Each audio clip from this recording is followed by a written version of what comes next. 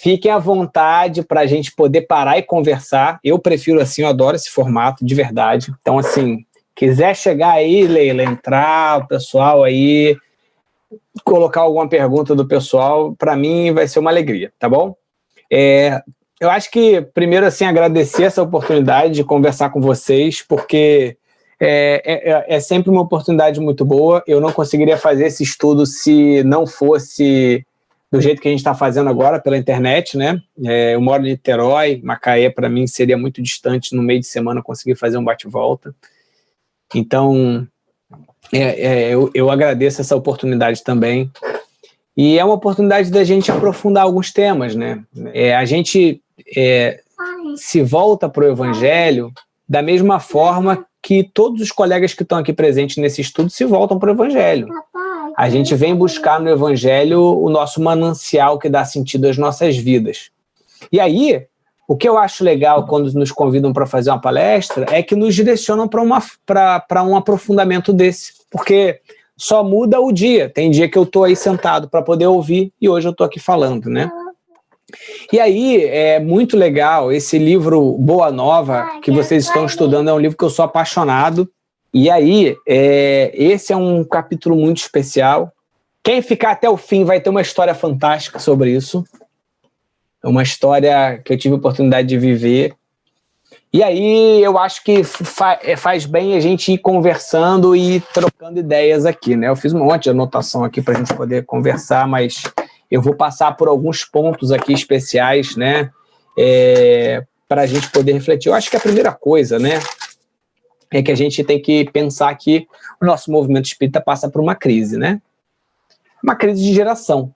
E eu acho que eu posso falar com propriedade sobre isso do ponto de vista daquilo que eu observo, mas, ao mesmo tempo, eu acho que eu posso falar também por vocês. Me corrijam se eu estiver errado, mas vocês talvez vivam também essa crise dentro da casa espírita de vocês, que é o fato da evasão dos jovens, né?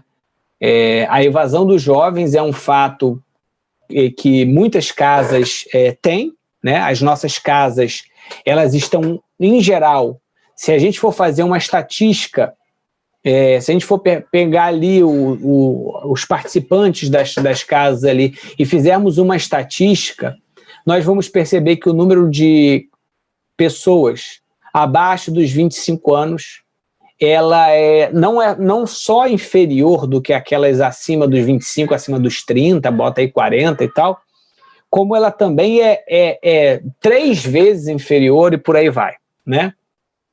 Porque, de certa forma, a nossa casa, a nossa construção de movimento espírita, ela ainda não conseguiu superar isso, mas também não é uma coisa única, exclusiva do movimento espírita. Existem também outras religiões que passam por esses desafios também, e isso é uma questão que a gente tem que enfrentar, isso é uma questão que a gente tem que lidar, né? E aí eu acho que a primeira frase já diz pra gente, já dá um tom das conversas de muito daquilo que acontece no movimento espírita para a gente poder entender a relação entre velhos e moços e muito daquilo que acontece nesse esvaziamento. Começa o espírito de Humberto de Campos no capítulo 9 do livro Boa Nova dizendo: não era raro observar-se na pequena comunidade dos discípulos dos 12 escolhidos o entrechoque das opiniões dentro do idealismo quente dos jovens. Então, dentro do idealismo quente dos jovens, dentro daquele manancial de energia, de vontade de mudar o mundo, de vontade de participar das transformações, o entrechoque de ideias. E aí, eu acho que o primeiro ponto para a gente refletir é o seguinte: bem, se isso existia no colégio apostólico de Jesus, por que não vai existir na nossa casa? É o primeiro ponto. Por que eu digo que é o primeiro ponto? Muitas vezes eu vejo erroneamente muitas lideranças espíritas, dirigentes espíritas, tentando inibir esse tipo de diálogo, esse tipo de embate do idealismo jovem, né? Tentando dizer que não cabe, que o espaço não é a casa espírita, etc. e tal. O que eu quero dizer é que isso acontecia no colégio apostólico, né? E Jesus observava isso. Como que Jesus lidava com isso? Bem, Jesus passa algumas dicas ao longo desse capítulo de como é que ele lidava. O fato é que é uma característica desse idealismo jovem, essa força que tem por intenção é fazer exatamente esse movimento da energia do jovem. Esse movimento de mover a usina, mover as engrenagens, chegar com muitas ideias, chegar com muito entusiasmo, né? E o Paulo disse isso para um dos seus discípulos, né? Um dos seus seguidores. Um dos seguidores de Paulo era um jovem de 13 anos chamado Timóteo, a quem ele confiava muitas das vezes responsabilidades de transmitir a sua ideia e o seu pensamento para alguma das igrejas onde ele não podia ir. Então Paulo vai dizer para Timóteo, na sua segunda carta a Timóteo, se eu não me engano, no capítulo 1, ele vai dizer assim: Timotinho, Deus não nos deu o espírito de temor, mas de fortaleza, amor e moderação. Então ele falava assim: Timóteo, sabe a sua força? Usa. Essa sua força é uma característica desse seu tempo. Essa sua força é algo necessário para o movimento cristão.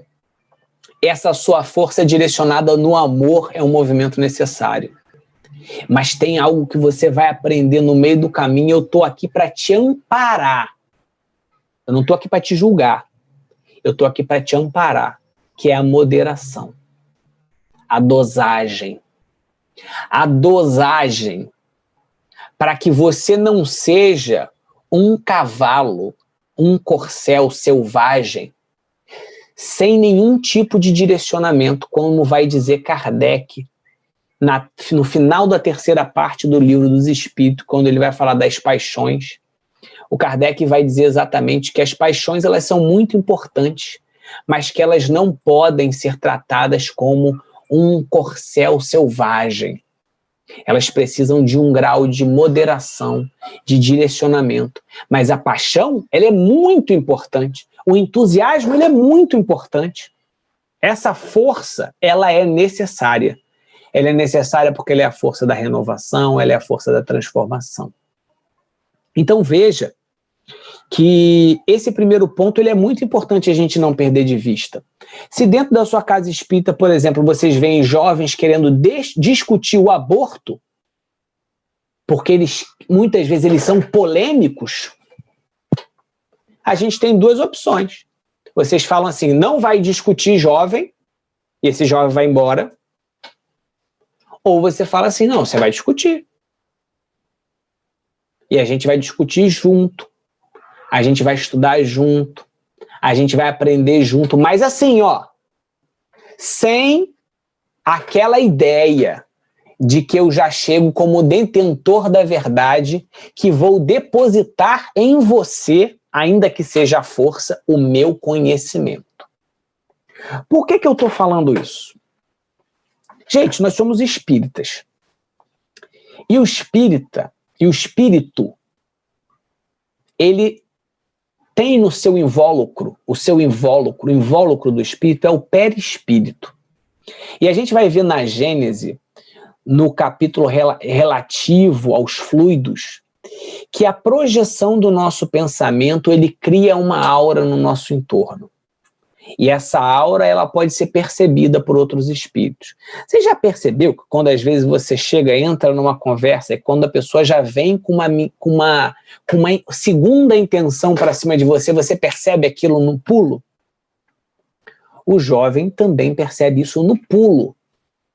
E ele consegue identificar muito bem, de longe, aquela pessoa que já vem conversar com ele como se, vou te escutar aqui, para no final você ser convencido daquilo que eu quero.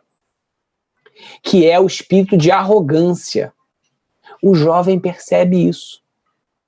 E o jovem não está numa fase da vida dele, porque ele está se descobrindo, desenvolvendo a sua autonomia, desenvolvendo os seus dons intelectivos, desenvolvendo os seus dons morais.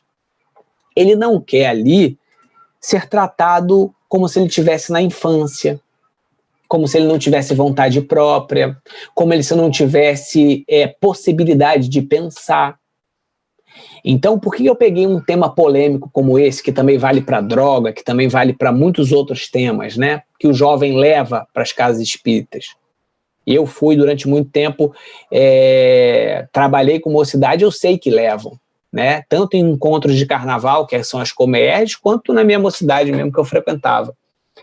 Por que eles levam? Por que esses jovens saem? Porque quando eles farejam esse cheiro da gente, chegando com a nossa arrogância, querendo convencer eles algo que nem nós mesmos estamos muito certos quanto à fundamentação para dizer para sim, para não, eles simplesmente saem.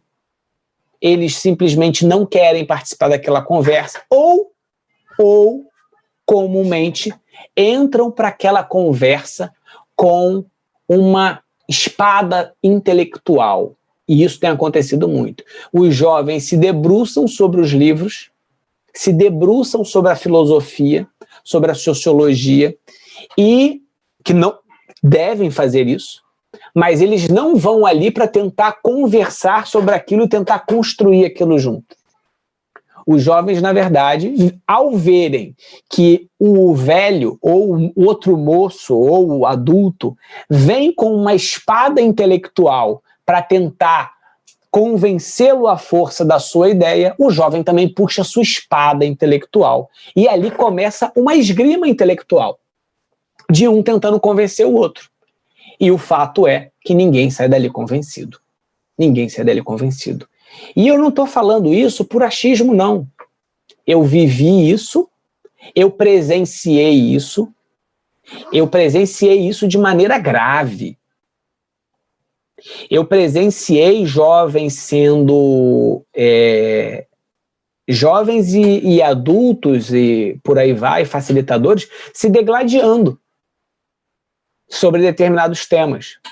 E ali já não se sabe mais se o tema era mais importante ou se a sede pelo combate por uma verdade era mais interessante, o que Emmanuel vai chamar de esgrima intelectual. E aí a gente já esqueceu o tema. Então, o primeiro passo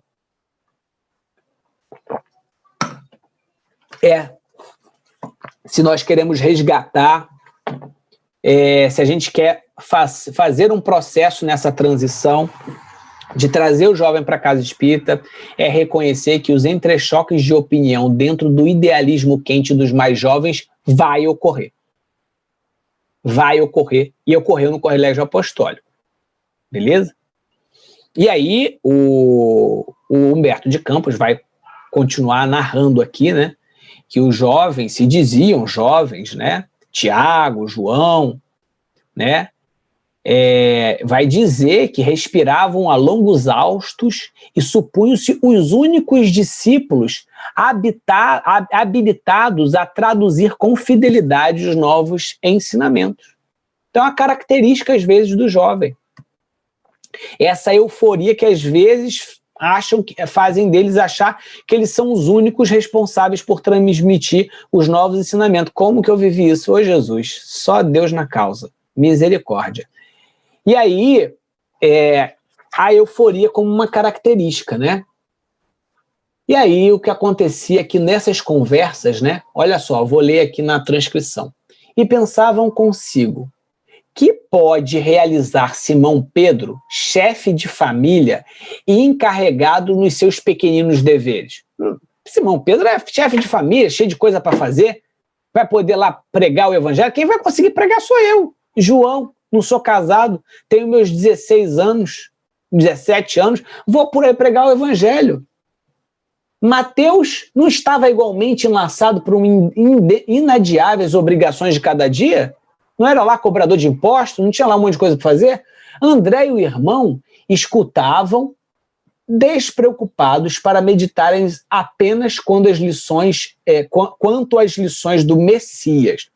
Enquanto Simão, mais tarde chamado Zelote, e a gente vai fazer uma pausa aqui para falar sobre isso, o antigo pescador do lago, acompanhava semelhante conversação humilhado, porque Simão, o Zelote, revelado aqui por Humberto de Campos, que já era um senhor de idade, algo mais velho que os companheiros, suas energias, a seu ver, já não se coadunavam com os serviços do evangelho do reino. Então esse Simão, chamado Zelote, né, ele era o velho, né, o velho do corpo. E por que ele era chamado de Zelote? Zelote era um grupo combativo que tinha aquela ideia da transformação, da chegada do Messias, e que essa chegada do Messias ela iria revolucionar através de uma luta bélica. Não só os zelotes eram responsáveis por isso, mas eles eram grupos que se organizavam para tentar, através da luta, conseguir libertar Roma, libertar Israel do Império Romano, né, do jugo romano. Então perceba que essa não era também uma crença só do Simão Zelote. Essa era uma crença de muitos, da grande maioria. Inclusive, quando Jesus ele é crucificado, muitos acreditavam, inclusive o próprio Judas e muito outro, falava assim, gente, ele é o Messias, ele vai se libertar, aí que ele vai acender o trono dele, aí que ele vai dominar a terra, aí que ele vai fazer os seus milagres daquilo que era semelhante ao que era chamado no Velho Testamento, né, que o nome de Deus era Senhor dos Exércitos.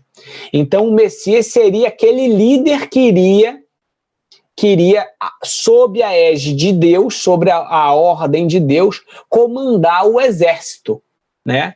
Então o Zelote acreditava isso. E por que o Zelote estava tão bolado? Ele estava bolado porque as energias dele estavam acabando.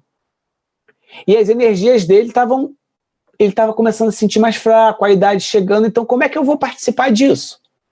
Como é que eu vou ter energia para o combate? Eu não vou ter energia para o combate. Quem vai ter energia para o combate são os mais novos. Então ele se depreciava. Mas aí Jesus vai trazer um entendimento, porque o Simão vai buscar Jesus. E ele vai buscar Jesus, e primeiro Jesus deixa sempre claro que ele não é o chefe das armas. Jesus não é o Messias das armas. Tudo que a gente vê que relacione ser cristão e arma, isso é um oposto. Esse é aquele que não entendeu o que é o cristianismo. Esse é aquele que ainda não entendeu que o nosso mestre deu a vida em amor até o fim, sem virando a outra face até o fim, sem devolver mal com mal. Sempre dando o bem, dando o amor. E ele escolhe morrer assim, e diz ainda a Simão Pedro, quem pelo ferro fere, pelo ferro será ferido. Então embainha a sua espada. E aí ele vai dizer assim, Simão, a vida na sua expressão terrestre é como uma árvore grandiosa. A infância é a sua ramagem verdejante. A mocidade se constitui de suas flores perfumadas e formosas. A velhice é o fruto da experiência e da sabedoria. Então, assim, todas as funções numa árvore são importantes. Elas não são opostas. A infância não é a oposição à velhice, não é oposição à juventude. Todas elas são complementares, porém em estados distintos do processo de desenvolvimento. E Jesus diz mais, Há ramagens que morrem depois do primeiro beijo do sol, e há flores que caem ao primeiro sopro da primavera. O fruto, porém, é sempre a bênção do Todo-Poderoso. A ramagem é uma esperança, a flor uma promessa, o fruto uma realização. E a imagem do fruto é interessante quando Jesus utiliza ela, porque no fruto está grande parte do alimento que é fornecido para o outro. A experiência de uma vida que chegou na velhice traz nela um material essencial das experiências colhidas ao longo da vida daquela árvore. E ela dispõe disso para um outro que ela nem conhece. A experiência, ela ajuda a juventude a dosar a sua energia pelas suas histórias, pelas suas quedas, pela sua construção, pela sua moral. E aí a gente vai perceber que nessa caminhada lado a lado, o velho, ele é aquele que, se souber, ele pode servir de adubo para a própria árvore, continuar crescendo, porque o fruto, quando cai, ele alimenta ali a árvore, né?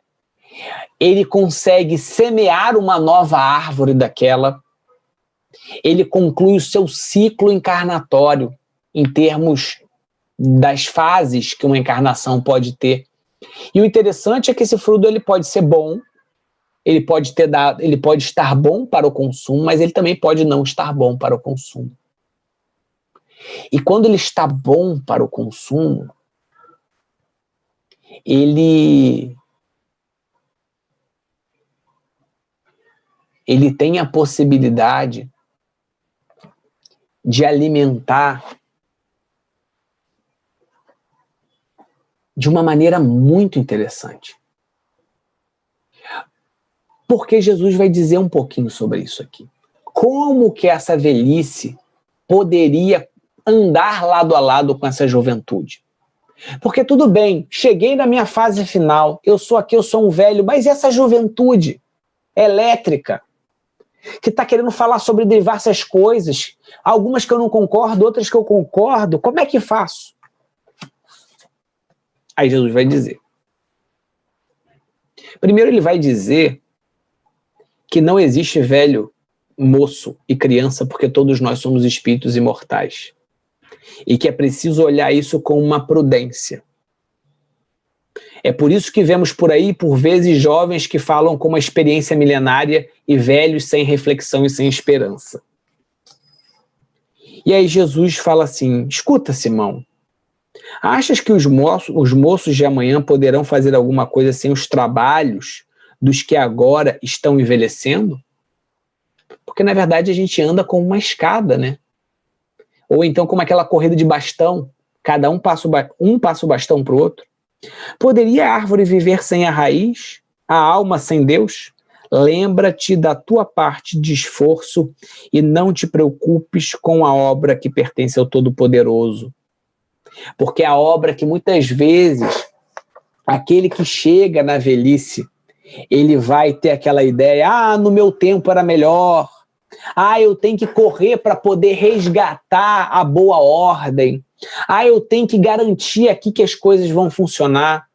Lembra que a obra não é tua, que a obra pertence a Deus.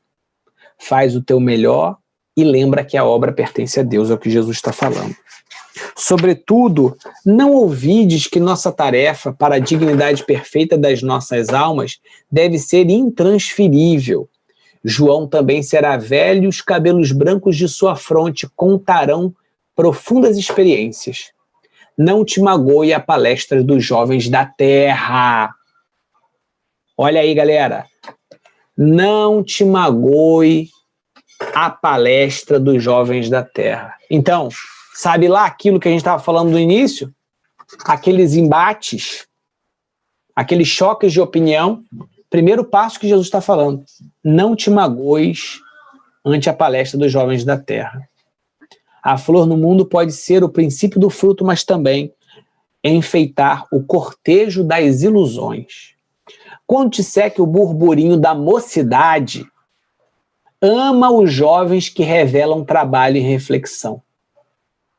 Entretanto, não deixes de sorrir igualmente para os levianos inconstantes.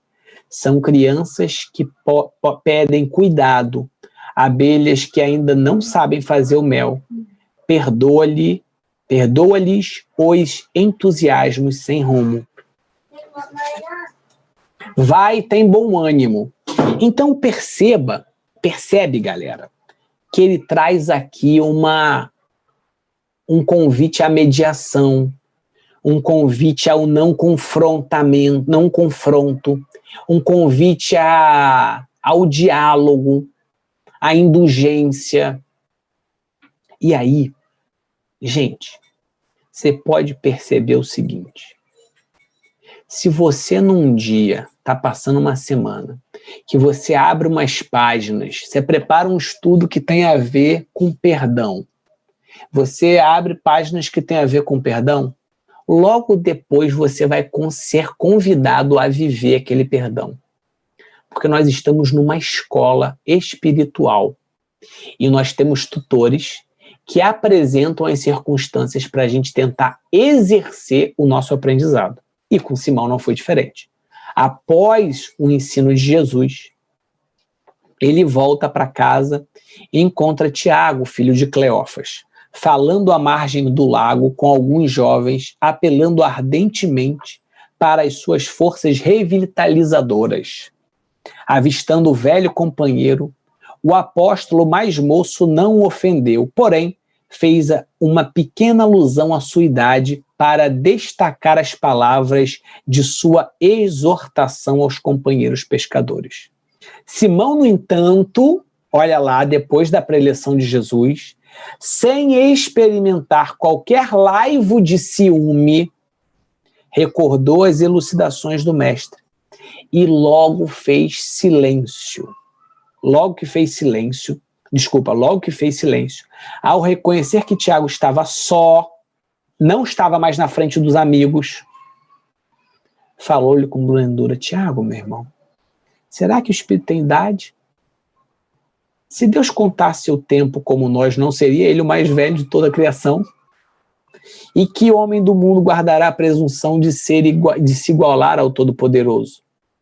Um rapaz não conseguiria realizar a sua tarefa na terra se não tivesse a precedê-lo as experiências de seus pais? Não nos detenhamos na idade. Esqueçamos as circunstâncias para lembrar somente os fins sagrados de nossa vida, que deve ser a edificação do reino no íntimo das almas. Olha só. Simão não deu sermão. Simão não chegou e disse para ele assim: olha, sermão, você acabou de fazer uma injúria, isso é um pecado, você estava excluindo os mais velhos, você estava fazendo isso, e não fez. Ele simplesmente convidou a reflexão junto, do lado, sem julgar, na amizade. E ele fala assim, depois Humberto Campos fala assim: o filho de Orfeu escutou-lhe as observações singelas e reconheceu que eram ditas com uma fraternidade tão pura que não lhe chegavam a ferir nem de leve o coração. Então ele sentiu, lembra aquilo que eu falei no início? Que o jovem sente? Ele sentiu que Simão chegou ali com a presunção. Chegou assim: Tiago, vamos trabalhar junto? Você tem umas ideias aí, eu não concordo com tudo que você está falando, mas vamos ver o que a gente sabe fazer junto?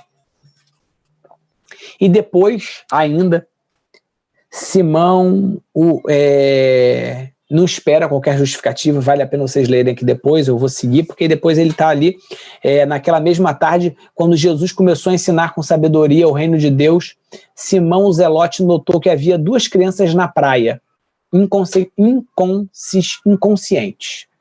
As criancinhas brincando. Dominada pela nova luz que fluía dos ensinamentos do mestre, a mãe delas não vira que se distanciavam, não vira que as criancinhas estavam se afastando. Ao longo do primeiro lençol raso das águas, o velho pescador, atento à pregação e às demais necessidades da hora em curso, ele estava atento a Jesus, mas entendendo que as necessidades ali envolviam imperativos materiais. Que imperativos materiais eram aqueles? Observou os dois pequeninos e olha só o que ele fez? Acompanhou-os. Não rolou um: ô moleque, sai daí desse lago, moleque. Vocês estão perdendo a noção. Suas crianças, vocês estão com o que no corpo? Vou dar os passos às obsessões Jesus. Tira isso do corpo das crianças aqui, ó lá. Se afogando essa mãe destemperada aí. Escutando Jesus. Gente, essa mãe hoje não cuida das crianças, né? Não fez isso. Ele acompanhou as crianças. E acompanhar quer dizer caminhar junto. E para onde ele estava caminhando? Ao longo do primeiro lençol raso de água. Ele entrou dentro daquele lago junto com as crianças. Ele entrou dentro daquela situação materializada junto com aqueles espíritos. Ele não os julgou. Não julgou os circunstantes. Ele foi com eles. E aí, com uma boa palavra, tomou-os nos braços, no colinho, com carinho, sentando-se numa pedra, e terminada que foi a reunião, os restituiu ao colo maternal em meio a suave alegria e sincero reconhecimento. Inspirado por uma força estranha à sua alma, o discípulo compreendeu que o júbilo daquela tarde não teria sido completo se as duas criancinhas houvessem desaparecido. Separar, E aí, compreendera com Cristo o prazer de servir e a alegria de ser útil. Prazer de servir e a alegria de ser útil. Aquele que o tempo convida o corpo a um novo estágio tem a sua possibilidade também de servir e de ser útil. Diferente do estágio da semente, diferente do estágio da flor, mas no estágio do fruto. E essa semente, ela é um particular. O fruto, ele é um alimento que deve ser consumido no contato. No contato. É através da boca. E aí, me chamou muito a atenção esse fato que o Simão, ele fica junto das crianças, ele vai junto de Tiago, num momento específico, espera a galera ir embora, senta lá com o Tiago. Eles não sentiram a arrogância daquela pessoa que chega: olha, eu sou o detentor do conhecimento e venho aqui te apresentar, esclarecer a sua vida. Mas juntos, eles trocam.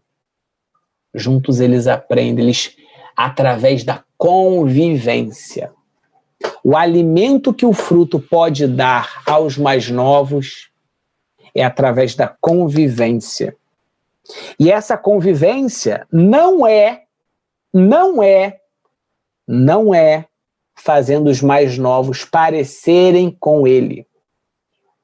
É, na verdade, ir até onde os mais novos estão. No livro Vida e Sexo, nós vamos perceber o espírito de Pedro Neves visitando uma boate de striptease. E quando ele chega numa boate de striptease, o que ele encontra lá? Ele encontra uma benfeitora numa boate de striptease. que era responsável pela boate striptease. Ela ali estava no mundo, mas não era do mundo. E o que ela estava ali fazendo? Cuidando dos espíritos que ali estão. Diminuindo as dores, levando a boa nova. Boa nova é mostrar um novo significado da vida, ressignificado em Cristo. E aí, se não tem perguntas, eu vou contar uma história. Tem perguntas aí, gente? Eu não estou vendo pergunta aqui, mas aí eu conto uma história. Olha Diz só, aí. posso falar uma coisa, então? Aproveitar para puxar um abraço do nosso Sardinha?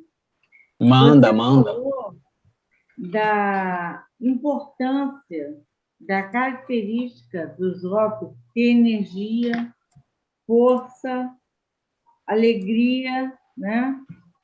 E qual a importância disso na nossa casa espírita? Isso seria um combustível. E como nós teríamos alimentar esse combustível? Através da infância, da criança, do jovem, da família, dentro da casa espírita. Tem alguma relação? Você diz como fazer isso? Você falou da energia, da força e dos óculos, dentro da casa espírita.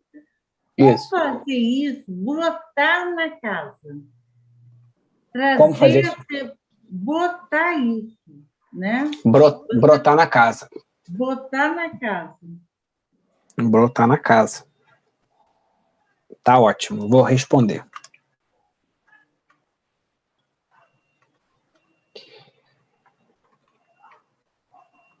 Qual a importância da evangelização? Eu vou responder. Eu estou pensando aqui só no exemplo para poder te contar, Leila. O que eu acho? Tem que ter prazer associado. Tem que ter prazer.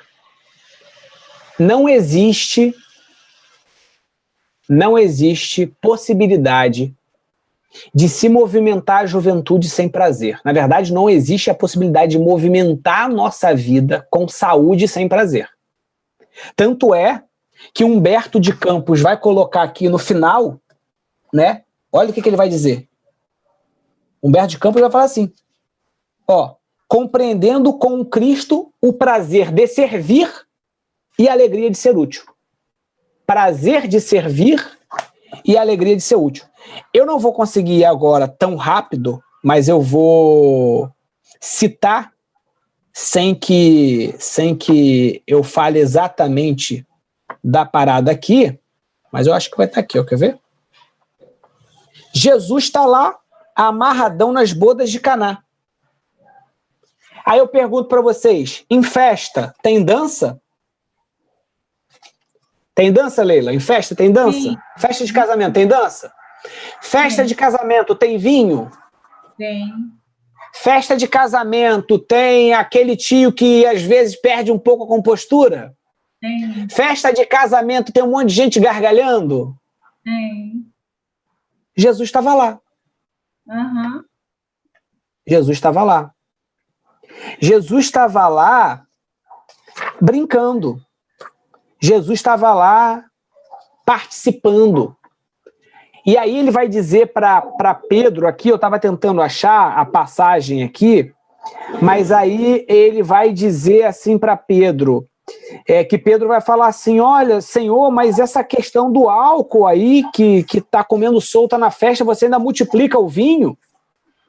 E aí Jesus vai dizer para Pedro assim, Pedro, por acaso você conhece as alegrias de servir a um amigo? Por que eu estou dizendo isso? Jesus não estava ali enchendo o pote igual a galera. Ele poderia ter tomado ali seu cálice de vinho ou coisa e tal, mas ele está falando o seguinte, eu estou aqui com os meus amigos, eu estou aqui servindo a alegria dessas pessoas. Você sabe a alegria dessa comunhão? A alegria de comunhão.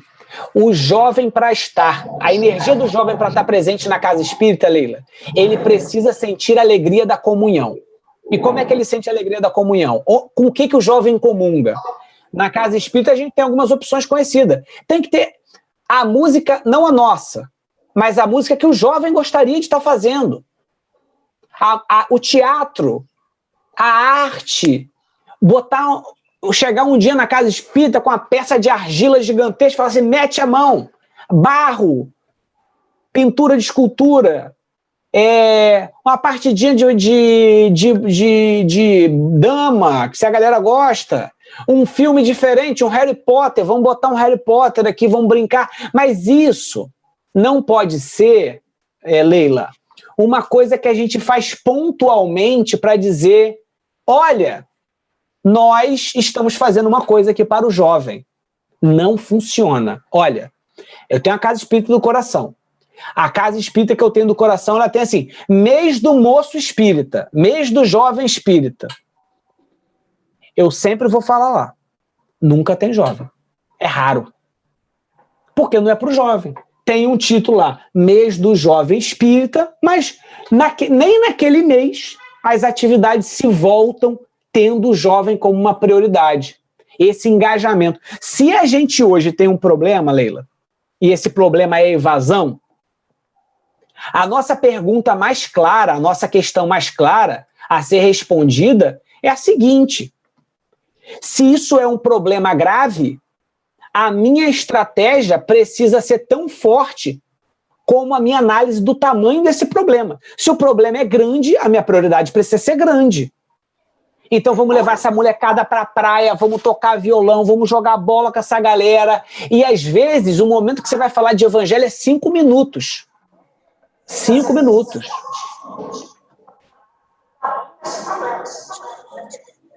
Alguém quer falar aí? Bom, tá aberto. Não. Se quiser fazer pergunta. Eu estou vendo que tem pergunta aqui no YouTube. Essa pergunta que eu ia passar para você. Manda aí.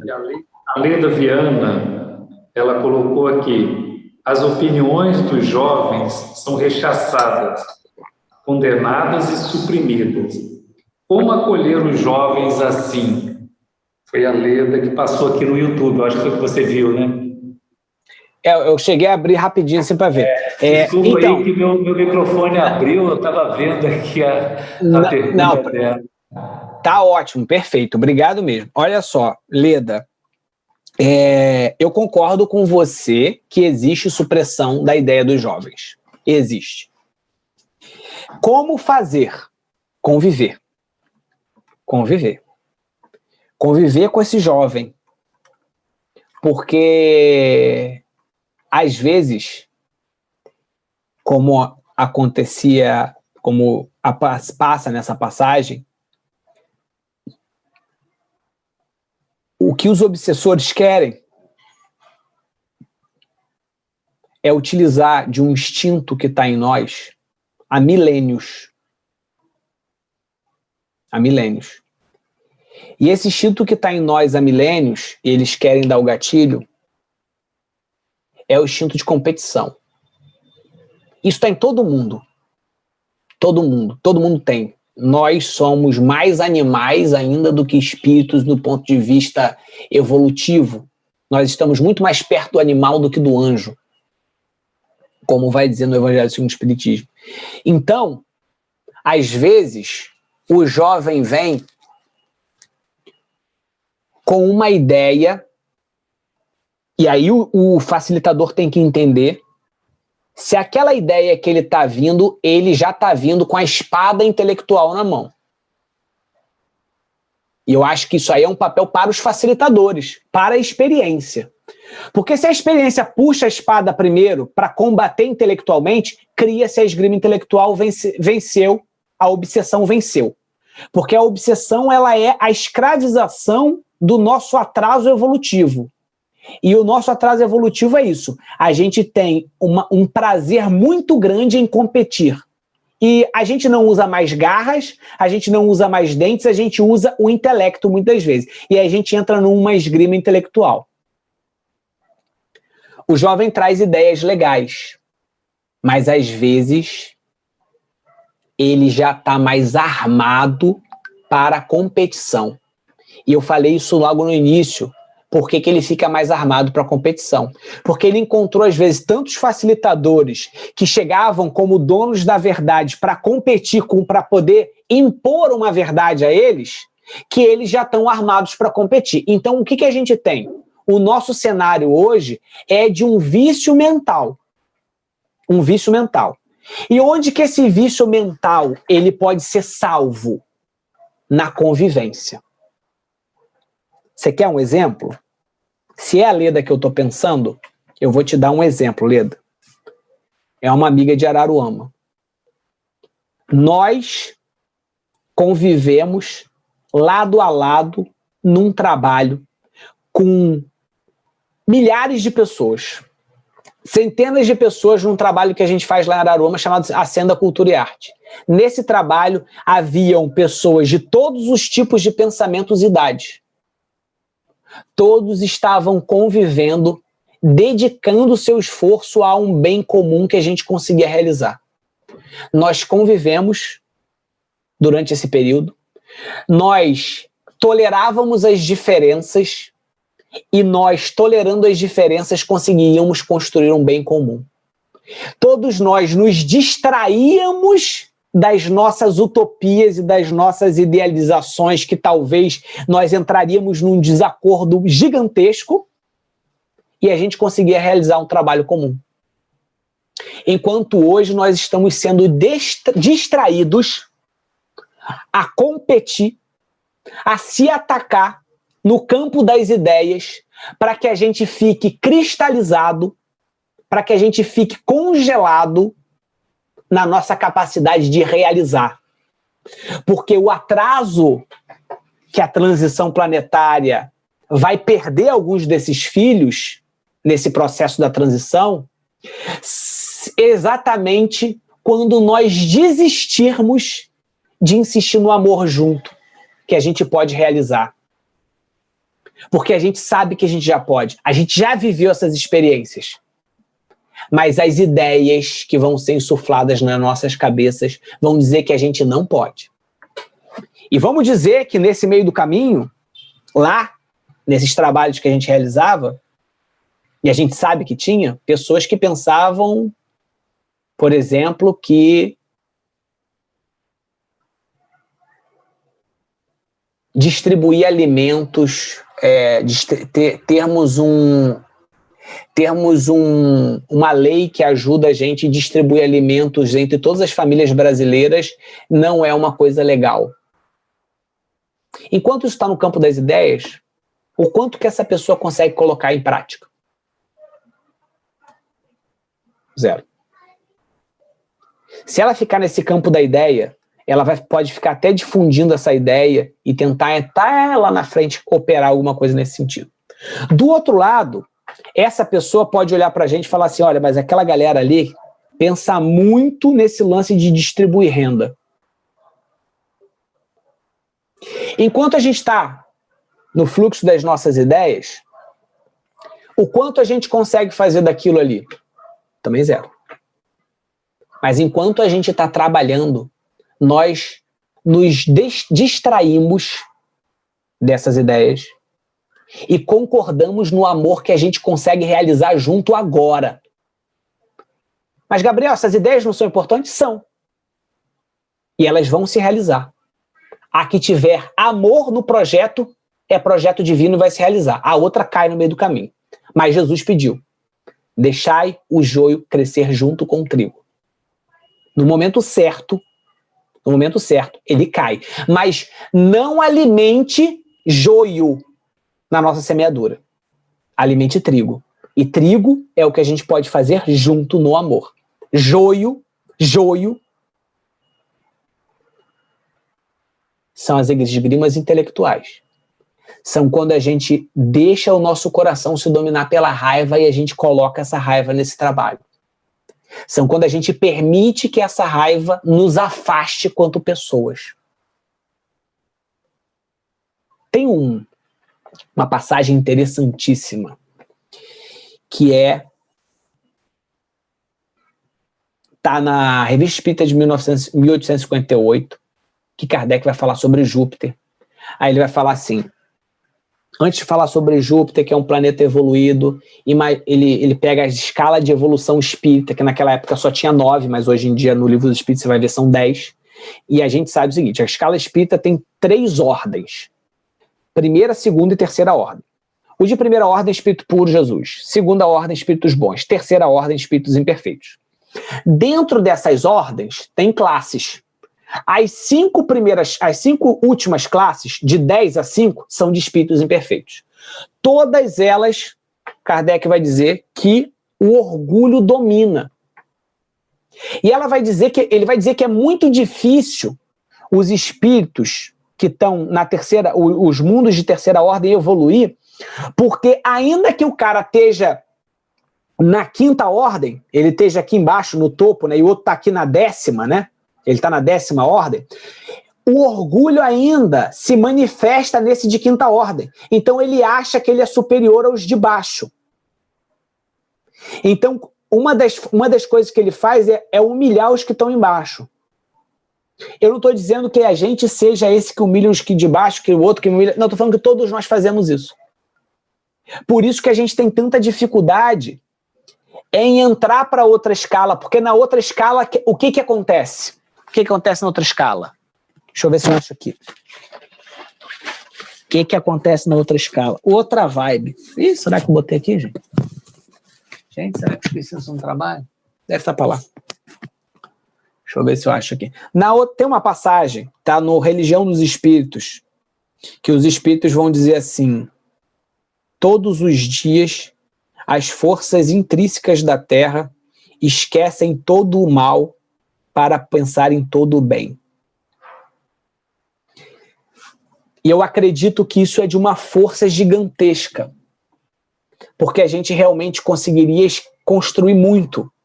E não dizendo que esquecer todo o mal é ser omisso às ideias que o mal traz. Em hipótese nenhuma. Aqui, ó. Achei. Todas as energias que sustentam a Terra esquecem todo o mal, buscando todo o bem. E esquecer todo o mal não é lidar com os prejuízos da maldade, mas é saber que o bem pode ser a melhor forma de corrigir aquilo. Então a gente insiste naquilo que está bom. Não é gritar contra uma escuridão, é acender uma luz. Não é pegar a pessoa e dizer assim, tá tudo errado. Mas é assim, cara, essa pessoa aqui sabe fazer comida como ninguém. Vou botar essa pessoa aqui para fazer a comida. Mas essa pessoa aqui está pensando em... Essa pessoa que gosta de tortura. Vou deixar essa pessoa aqui fazendo comida e vou confiar no poder do amor de transformar ela no tempo. Porque o meu grito não vai convencer ela a deixar de pensar em tortura. Mas o meu amor pode ser que consiga. Então eu vou insistir no amor. Essa pode ser uma resposta estranha para os tempos de hoje. Mas a gente vai ter que escolher.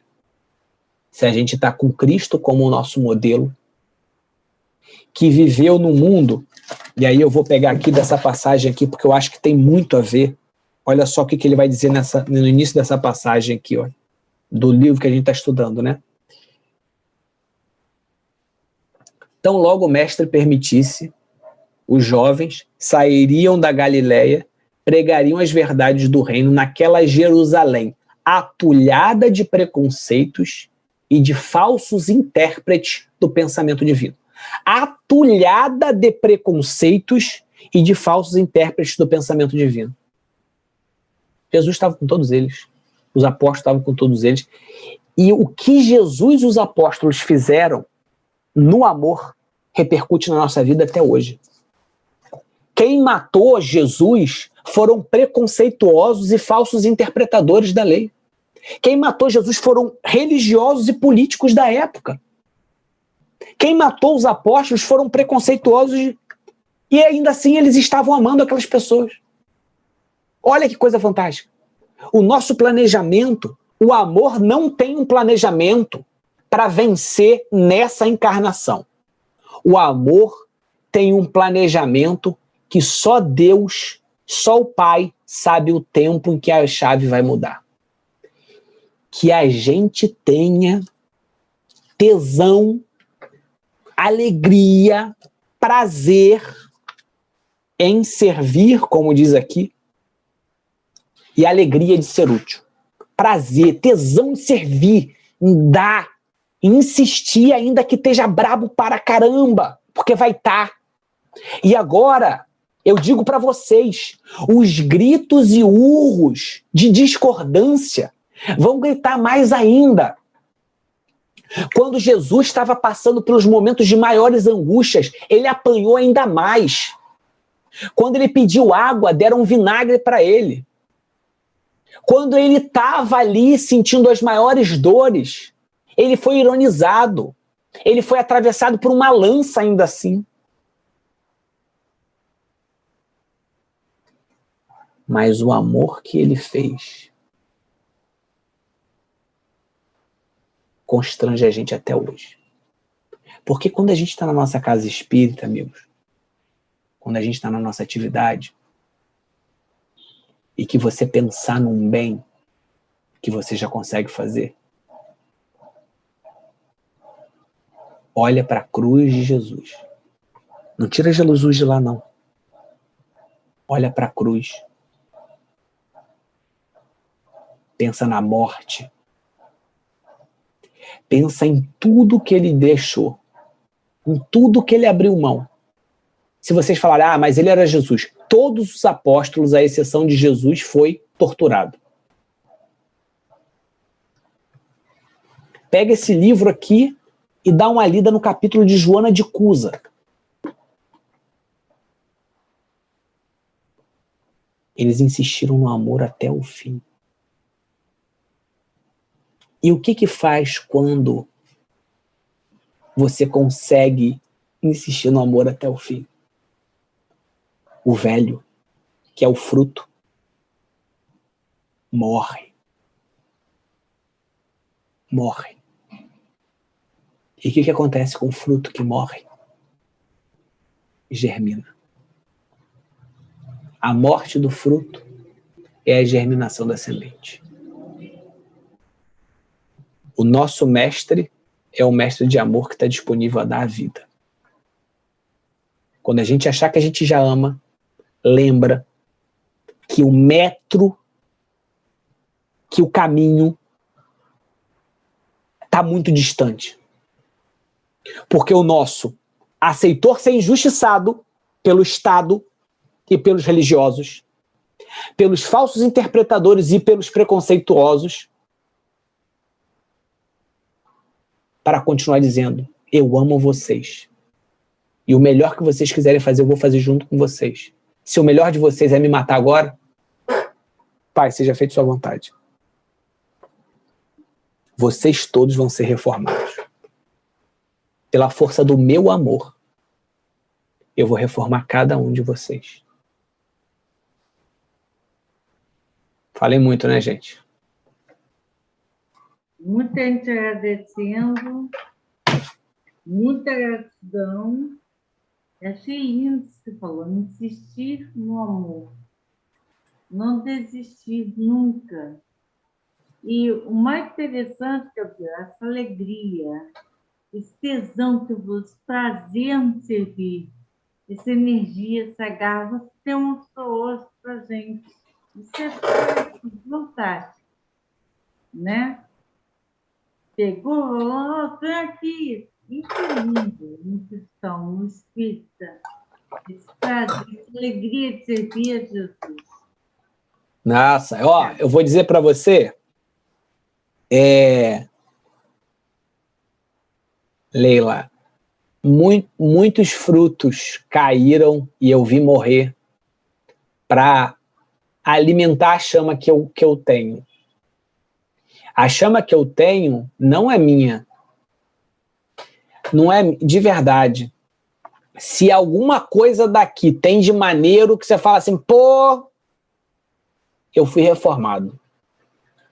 E a responsabilidade dessa reforma é de Jesus. De alguma coisa, porque eu ainda tenho muita coisa para reformar. Ah, mas demais. Mas se eu estou aqui falando já de Jesus, é porque ele me mostrou que esse caminho, ele tem algum sentido. E se eu puder transmitir um pouco desse prazer, desse tesão cristão, assim, que me tocou, eu já estou feliz. Eu já estou feliz, porque eu ainda estou na caminhada. É como eu estou falando aqui com vocês. Eu estou só fazendo a palestra aqui, mas nos outros dias eu estou aí desse lado, aí escutando também, que eu tenho que escutar todo dia, porque todo dia é brabo. Todo dia é uma batalha, todo dia é difícil. Todo dia eu grito, eu caio nos meus próprios erros, como todos nós. Mas é aquele que perseverar até o fim será salvo. Então, o caminho, a luz está em perseverar. Não está no jeito que a gente está, né? Ela está em perseverar até o fim, para ser salvo.